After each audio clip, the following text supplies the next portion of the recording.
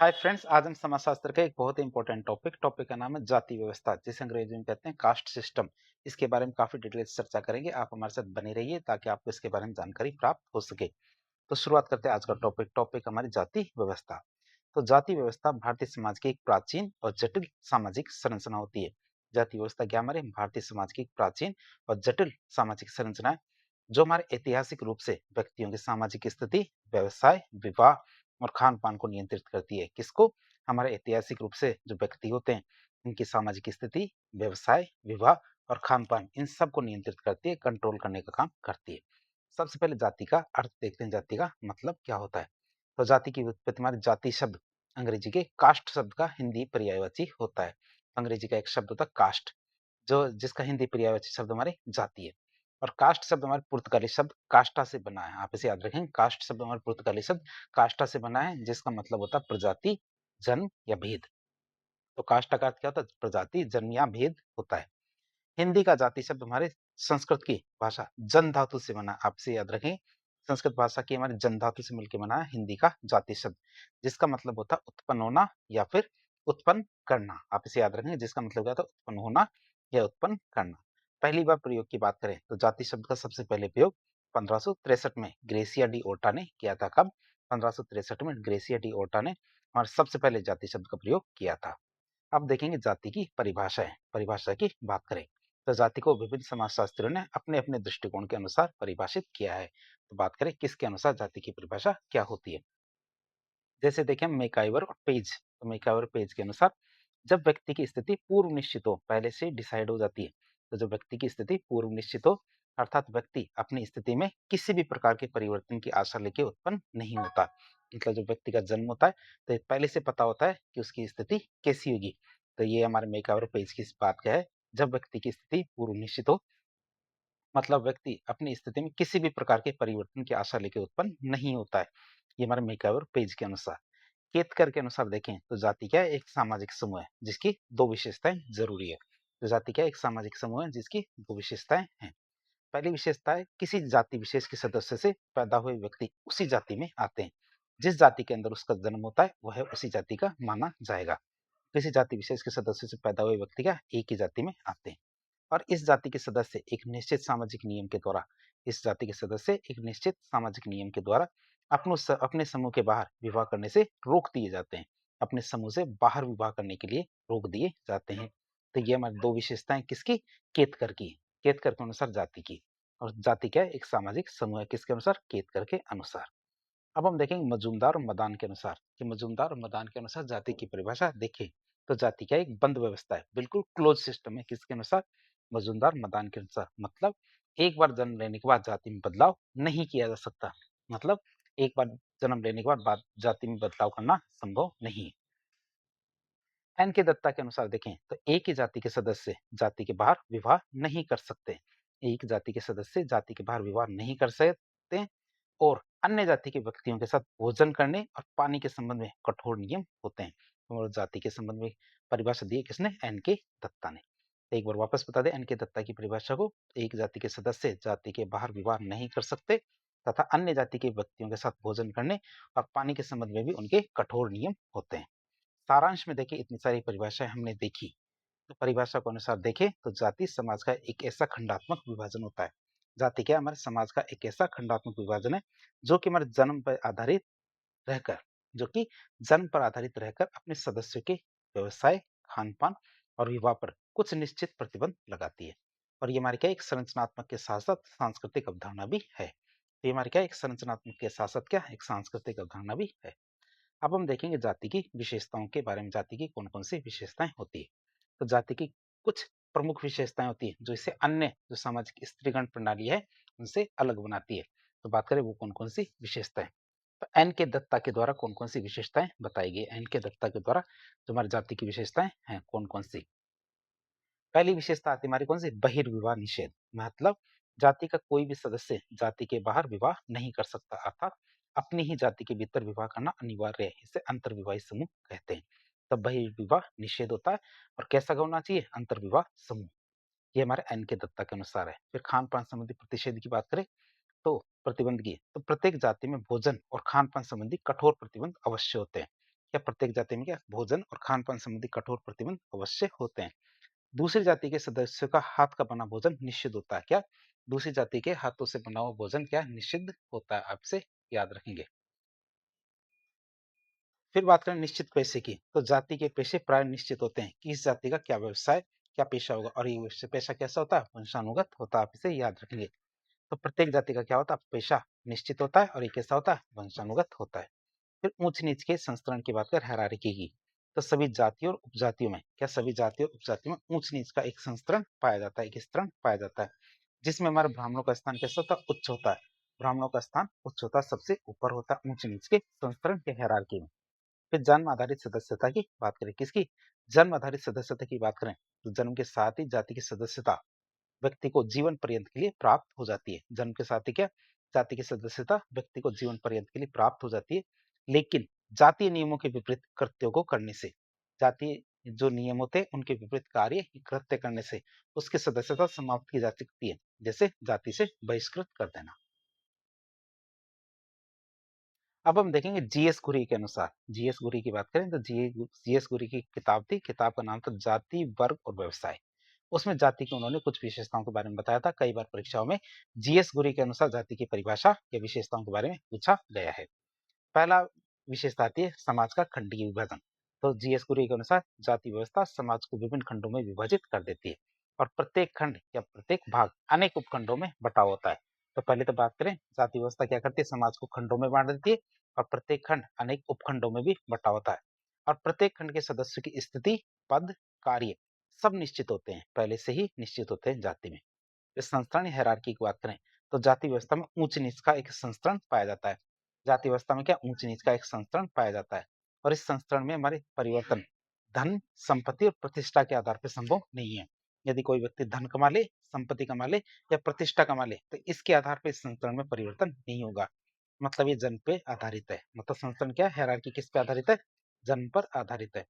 फिर भोजन और सहवास में प्रतिबंध की बात करें, प्रत्येक जाति का एक नियम होता है।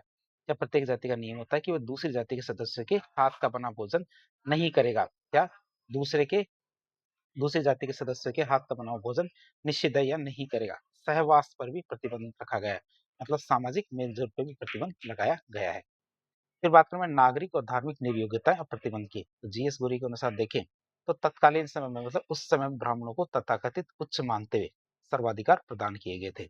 मतलब उस समय में हमारे जो ब्राह्मण थे तो ब्राह्मणों को उस समय के कहे के अनुसार क्या उच्च मानते हुए सर्वाधिकार प्रदान किए गए थे, जबकि दलितों पर धार्मिक निर्योग्यताएं ला दी गई थी। जैसे हमारे मंदिरों में उनका प्रवेश वर्जित किया गया था, कुछ कुओं से पानी लेने का अधिकार भी उन्हें दिया गया था, मतलब कुछ कुओं से पानी नहीं ले सकते।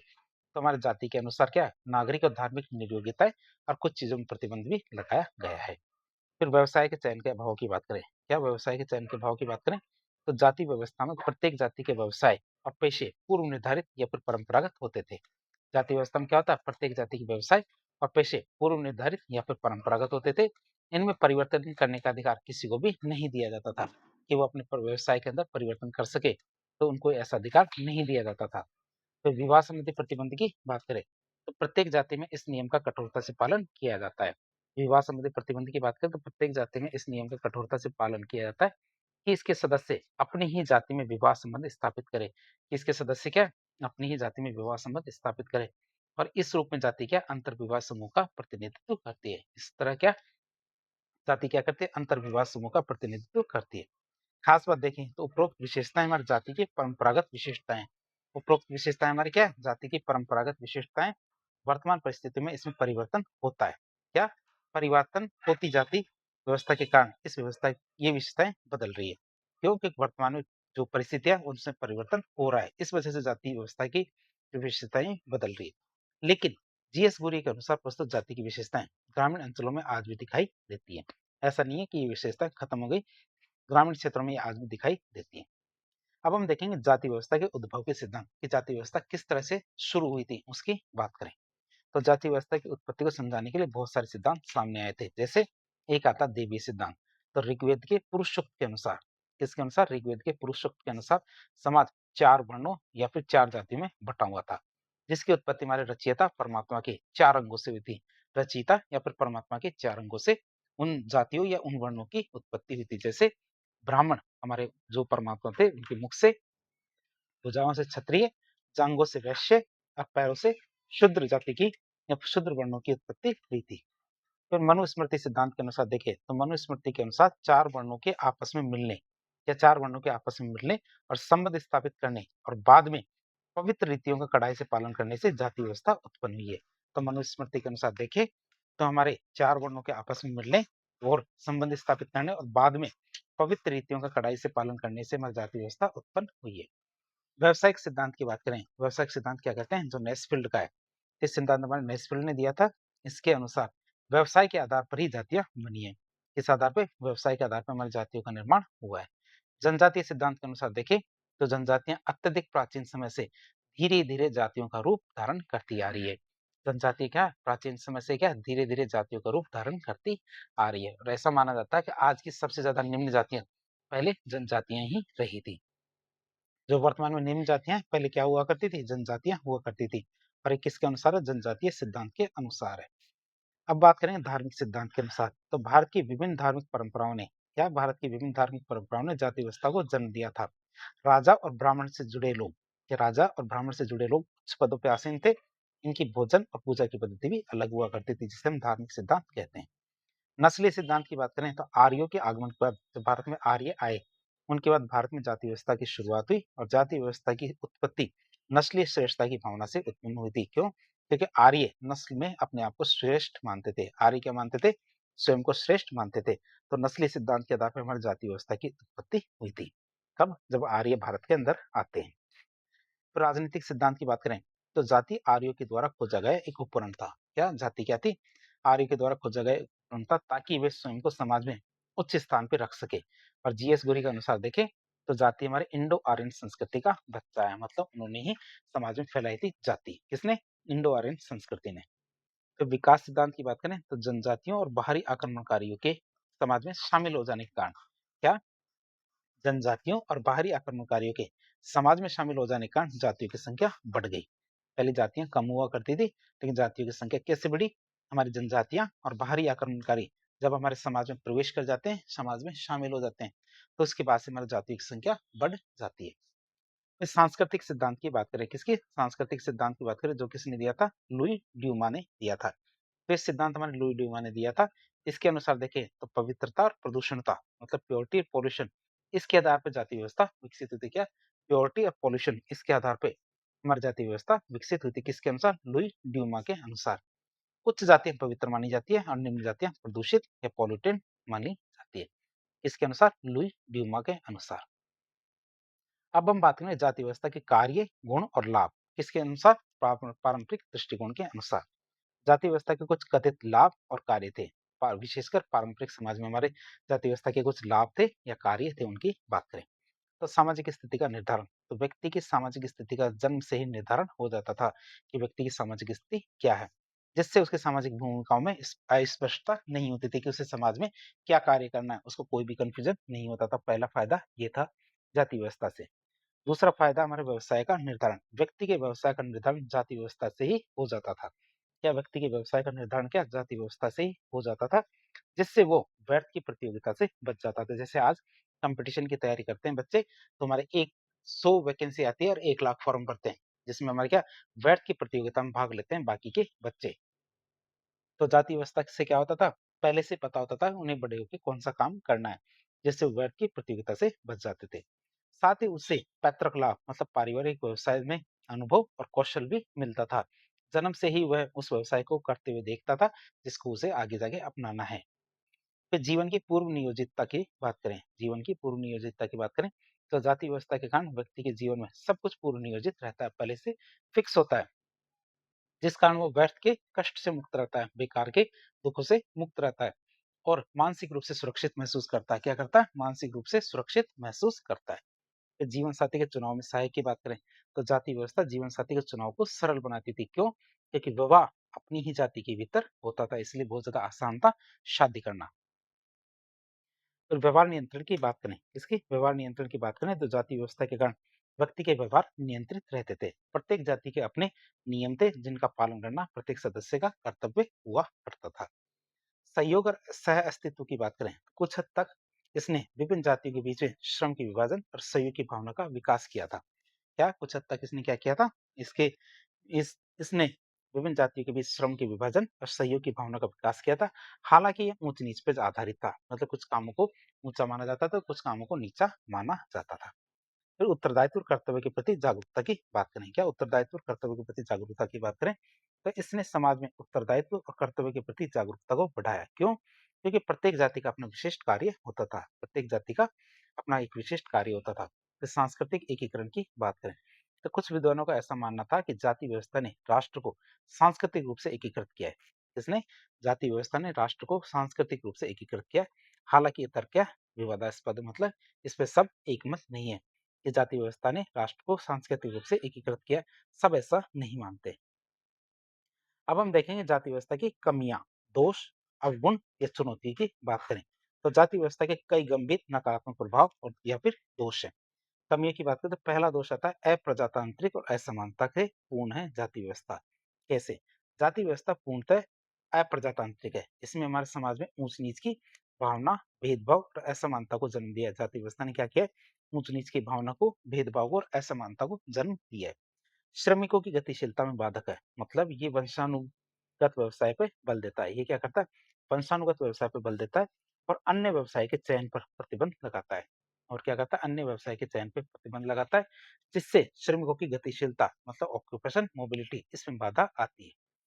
फिर सामाजिक प्रगति में बाधक की बात करें तो जाति व्यवस्था सामाजिक प्रगति और व्यक्तित्व के विकास में बाधक है। जाति व्यवस्था क्या हमारे सामाजिक प्रगति और व्यक्तित्व के विकास में बाधक है। क्यों? क्योंकि ये व्यक्तिगत योग्यता और प्रतिभा की बजाय क्या किसको महत्व देती है? जन्म को महत्व देती है। जाति व्यवस्था क्या करती है? जन्म को महत्व देती है।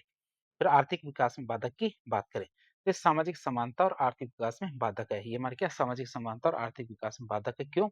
क्योंकि यह संसाधनों और अवसरों तक पहुंच को प्रतिबंधित करती है। क्यों? क्योंकि यह संसाधनों और अवसरों तक पहुंच को प्रतिबंधित करती है। कुरीतियों के उदय की बात करें, जाति व्यवस्था के कारण कई कुरीतियों का उदय हुआ।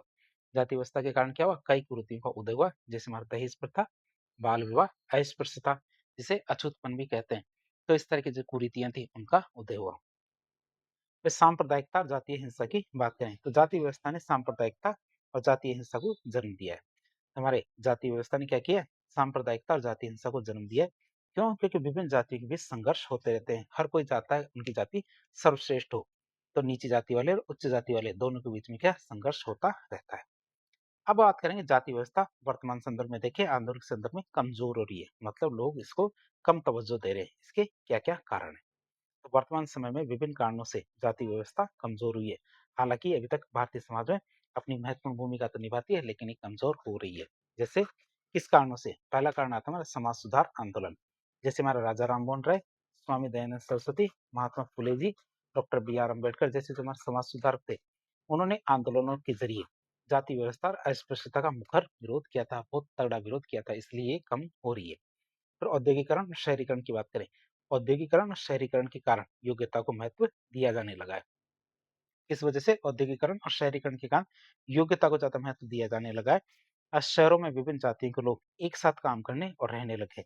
शहरों में विभिन्न जातियों के लोग क्या एक साथ काम करने और रहने लगे, जिससे पारंपरिक जो प्रतिबंध थे ये कमजोर हुए हैं। जो जातियों के आधार पर जो पारंपरिक प्रतिबंध होते थे ये कमजोर हुए हैं। फिर आधुनिक शिक्षा के विकास की बात करें तो आधुनिक शिक्षा प्रणाली ने समानता, स्वतंत्रता और लोकतांत्रिक मूल्यों को महत्व दिया है।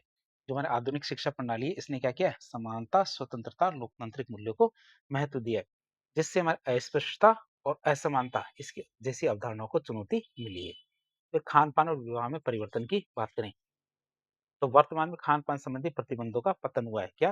वर्तमान में खान पान संबंधी जो प्रतिबंध है उनका पतन हुआ है और विवाह के क्षेत्र में भी अंतरजातीय विवाहों में वृद्धि हुई है। जो इंटरकास्ट मैरिज है उनमें वृद्धि हुई है, जिससे हमारी जाति व्यवस्था बहुत ज्यादा कमजोर हुई है।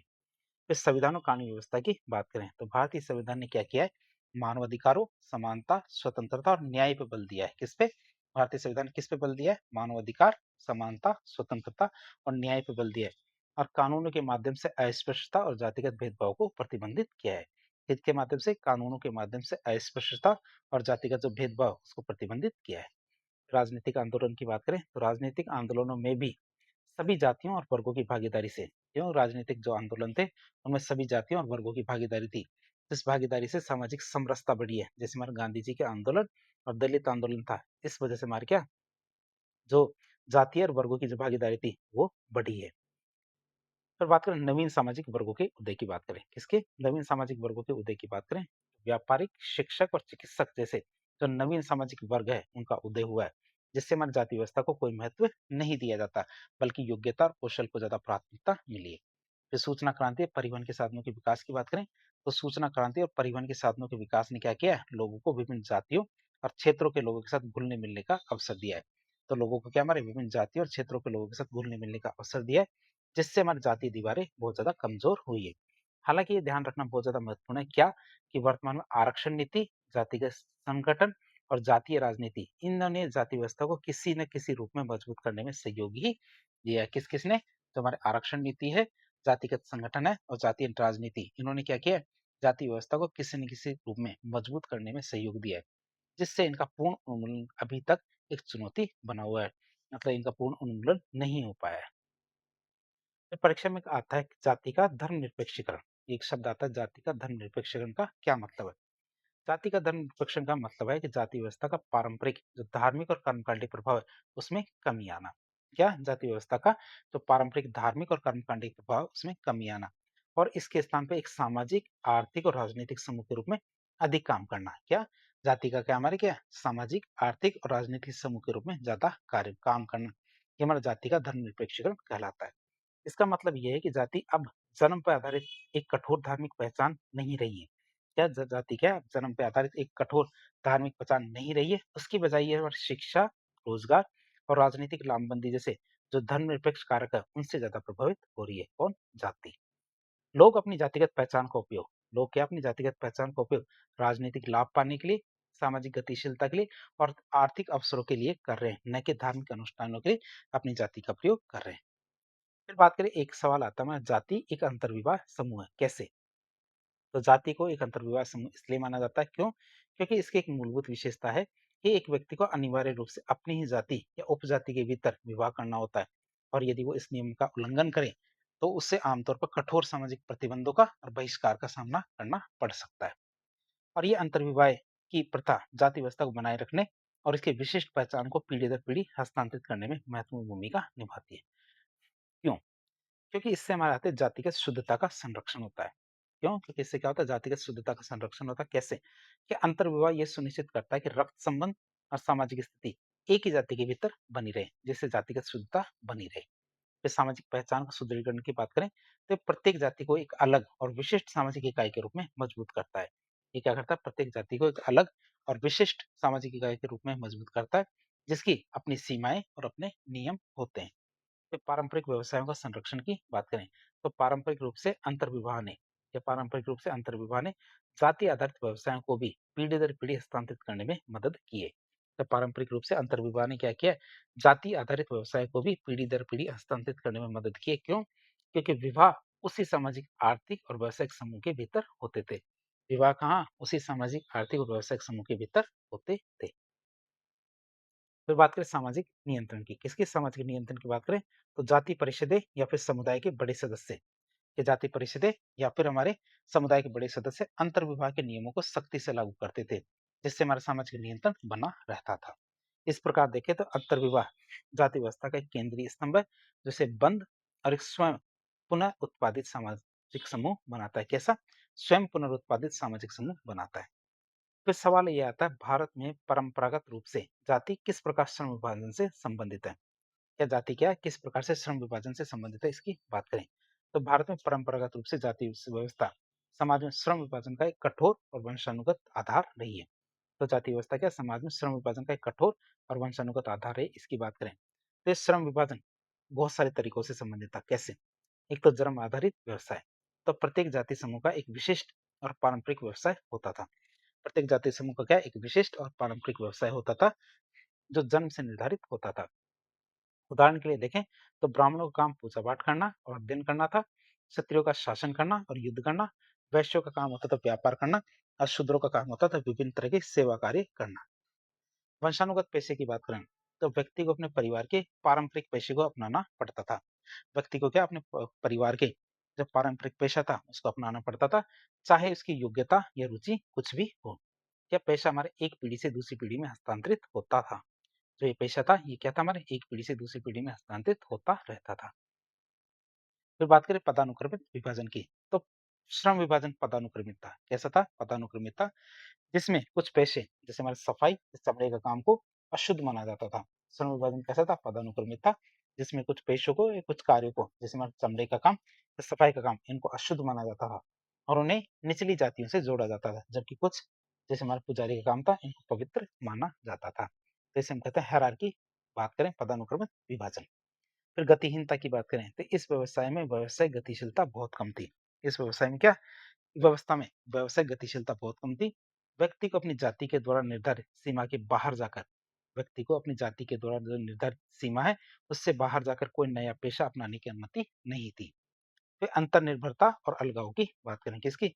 अंतर्निर्भरता और अलगाव की बात करें तो विभिन्न जातियां अपने विशिष्ट व्यवसायों के माध्यम से तो विभिन्न जातियां क्या अपने विशिष्ट व्यवसायों के माध्यम से एक दूसरे पर निर्भर रहा करती थी। जैसे लोहार, कुम्हार, नाई, ये सब एक दूसरे के ऊपर निर्भर रहते थे अपने व्यवसाय की वजह से। लेकिन साथ ही सामाजिक संपर्क और विवाह के मामलों में एक दूसरे से अलग थलग भी रहते थे। तो व्यवसाय के माध्यम से एक दूसरे पर निर्भर रहते थे, लेकिन सामाजिक संपर्क और विवाह के मामलों में एक दूसरे से अलग थे। ये हमारा पारंपरिक संबंध समाज में स्त्रीकरण और समानता को बनाए रखने में बहुत ही महत्वपूर्ण कारक था। अब हम बात करें भारतीय राजनीति में जाति की क्या भूमिका है। राजनीति में जाति की भूमिका की बात करें तो वर्तमान संदर्भ में भारतीय राजनीति में जाति की भूमिका बहुआयामी और जटिल है। कैसे? पहली आती है पहचान की राजनीति। जाति अभी भी एक बहुत ही महत्वपूर्ण पहचान कारक है, जिसका उपयोग क्या होता है? राजनीतिक दल वोट बैंक बनाने के लिए और चुनावी लामबंदी के लिए करते रहते हैं। कौन? हमारे जो राजनीतिक दल है जाति के आधार पर वोट मांगते हैं।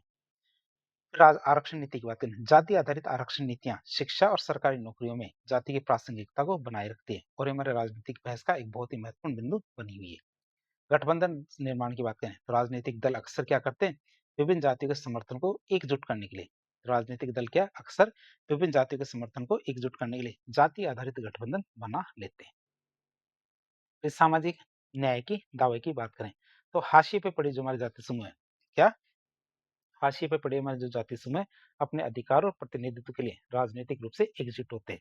क्या करते हैं? एकजुट होते हैं अपने अधिकारों और प्रतिनिधित्व के लिए। आधुनिक बदलाव की बात करें तो शहरीकरण, शिक्षा और आर्थिक विकास के कारण या शहरीकरण, शिक्षा और आर्थिक विकास के कारण जाति की जो पारंपरिक कठोरता है उसमें कमी आई है, लेकिन इसका राजनीतिक महत्व अभी भी बना हुआ है। हालांकि देखें तो चुनावी व्यवहार अब केवल जाति तक ही सीमित नहीं है। जो चुनावी व्यवहार है ऐसा नहीं केवल जाति तक ही सीमित है, बल्कि इसमें हमारे आर्थिक मुद्दे, विकास और उम्मीदवारों की जो व्यक्तिगत योग्यता है उसके भी मायने बढ़ गए हैं। अब देखेंगे हमारे जाति व्यवस्था के माध्यम से समाज का एक खंडात्मक विभाजन हो रहा है। कैसे? जाति व्यवस्था के माध्यम से समाज का खंडात्मक विभाजन की बात करें, सेगमेंटल डिवीजन, तो जाति व्यवस्था समाज के खंडात्मक विभाजन को बहुत तरीकों से प्रस्तुत करती है। जैसे एक तो तुम्हारा अनुक्रमिक खंड, तो जाति व्यवस्था क्या करती है? समाज को कई अलग अलग और पदानुक्रमित खंड जैसे जातियों में विभाजित करते हैं, जहाँ प्रत्येक खंड मतलब जाति अपनी सामाजिक स्थिति, परंपराएं, व्यवसाय और आनुष्ठानिक शुद्धता को प्रदर्शित करती है। फिर आनुवंशिक सदस्यता की बात करें तो इन खंडों की सदस्यता जन्म से निर्धारित होती है और आजीवन रहती है। इन खंडों की सदस्यता क्या है? जन्म से निर्धारित होती है और आजीवन रहती है। व्यक्ति एक विशेष जाति में पैदा होता है, उसी का सदस्य बना रहता है। व्यक्ति क्या एक विशेष जाति में पैदा होता है और उसी का सदस्य बना रहता है, चाहे वह उस जाति के पारंपरिक व्यवसाय को अपनाए या फिर ना अपनाए, फिर भी उसी से जुड़ा रहता है। फिर अंतर्विवाह की बात करें तो प्रत्येक खंड अनिवार्य रूप से एक अंतर्विवाह समूह होता है। क्या प्रत्येक खंड क्या अनिवार्य रूप से एक अंतर्विवाह समूह होता है? मतलब व्यक्ति को अपनी ही जाति के भीतर विवाह करना पड़ता है। व्यवसाय के निर्धारण की बात करें तो पारंपरिक रूप से प्रत्येक खंड से जुड़े विशिष्ट व्यवसाय होते हैं, जिससे हमारे पेशेगत विशेषज्ञता अलगाव होता है। फिर सामाजिक अंतक्रिया और प्रतिबंध की बात करें तो विभिन्न जाति खंडों के बीच सामाजिक अंतक्रिया खास रूप से देखें तो भोजन, साझा भोजन करना, विवाहों के मामले में कठोर प्रतिबंध होते थे। किन के मामले में कठोर प्रतिबंध है? विवाह के मामले में और भोजन साझा करने के मामले में। उच्च और निम्न जातियों के बीच में स्पष्ट रूप से सामाजिक दूरियां होती थी। किनके बीच में? उच्च और निम्न जातियों के बीच में क्या स्पष्ट रूप से सामाजिक दूरियां होती थी। पंचायतों के सुशासन की बात करें तो प्रत्येक जाति का अपना एक शासी निकाय मतलब जाति पंचायत होती थी, जो अपने सदस्यों के व्यवहार को नियंत्रित करती थी और जाति के मानदंडों को भी पूरा करती थी। और ये खंडात्मक विभाजन समाज को एक एकीकृत इकाई बनने की बजाय छोटे-छोटे स्वायत्त और पदानुक्रमित समूह के रूप में प्रस्तुत करता है, जिनमें हमारे प्रत्येक की अपनी एक आंतरिक संरचना और नियम होते हैं। अब हम देखेंगे जाति व्यवस्था असमानता का उदाहरण है। क्यों? जाति व्यवस्था क्या हमारे असमानता का उदाहरण है, कैसे? तो जाति व्यवस्था असमानता का एक अस्पष्ट उदाहरण है। क्यों? क्योंकि समाज को जन्म के आधार पर विभिन्न पदानुक्रमित समूह मतलब जातियों में बांट देती है और इन समूह के सदस्यों को असमान अधिकार दिए जाते हैं, अवसर और सामाजिक स्थिति प्रदान की जाती है। असमान अधिकार, असमान अवसर, असमान सामाजिक स्थिति प्रदान की जाती है। अब इसके कौन-कौन से कारण हैं, इसकी बात करें। पहला कारण आता है हमारा जन्म आधारित पदानुक्रम। तो व्यक्ति की सामाजिक स्थिति, सम्मान और अवसर उसके जन्म से निर्धारित हो जाते हैं, न कि उनकी योग्यता और प्रयासों से। उच्च जाति क्या करती है, विशेष अधिकार प्राप्त कर लेती है, जबकि निम्न जाति के लिए छोड़ देते हैं क्या, हाशिया, मतलब निम्न जाति हाशिए पे पड़ी रहती है। अवसरों के अभाव की बात करें तो निचली जातियों के लिए शिक्षा, रोजगार, संपत्ति के अधिकार, निचली जातियों के लिए शिक्षा, रोजगार, संपत्ति के अधिकार और सामाजिक गतिशीलता के अवसर सीमित या फिर न के बराबर होते हैं। भेदभाव और छुआछूत की बात करें तो ऐतिहासिक रूप से निचली जातियां विशेषकर हमारे दलितों के साथ गंभीर भेदभाव और छुआछूत का व्यवहार किया जाता है। किनके साथ? दलितों के साथ हमारा गंभीर भेदभाव और छुआछूत का व्यवहार किया जाता है, जिससे उन्हें सामाजिक रूप से बहिष्कृत माना जाता है। तो भेदभाव और छुआछूत बहुत ही ज्यादा महत्वपूर्ण है। इस सामाजिक और हमारे अनुष्ठानिक बहिष्कार की बात करें तो निचली जातियों को कई सार्वजनिक स्थानों, धार्मिक स्थलों और सामाजिक अनुष्ठानों से वंचित रखा जाता था। आर्थिक शोषण की बात करें तो निचली जातियों को अक्सर कम मजदूरी दी जाती थी और बंधुआ मजदूर के रूप में काम करने के लिए मजबूर किया जाता था, जिससे उनका आर्थिक शोषण भी होता था। फिर अधिकारों के अभाव की बात करें तो निचली जातियों को कई बुनियादी मानवाधिकारों से भी वंचित रखा जाता था, जिससे वह हमारे उत्पीड़न और अन्याय के प्रति अधिक संवेदनशील हो जाते थे। ये सभी कारक मिलकर एक ऐसी व्यवस्था का निर्माण करते हैं जहाँ कुछ समूह जन्म के कारण स्वाभाविक रूप से दूसरों से श्रेष्ठ माने जाते हैं, जिससे गहरे सामाजिक, आर्थिक और राजनीतिक असमानताएं उत्पन्न होती है। तो इस प्रकार हमने समाजशास्त्र की एक अवधारणा जाति व्यवस्था के बारे में काफी डिटेल से जानने की कोशिश की। तो इस प्रकार की इन्फॉर्मेटिव वीडियो देखने के लिए हमारे चैनल से जुड़े। वीडियो यदि पसंद आता तो वीडियो को लाइक करें, चैनल को सब्सक्राइब करें, अपने दोस्तों के साथ शेयर करें। धन्यवाद।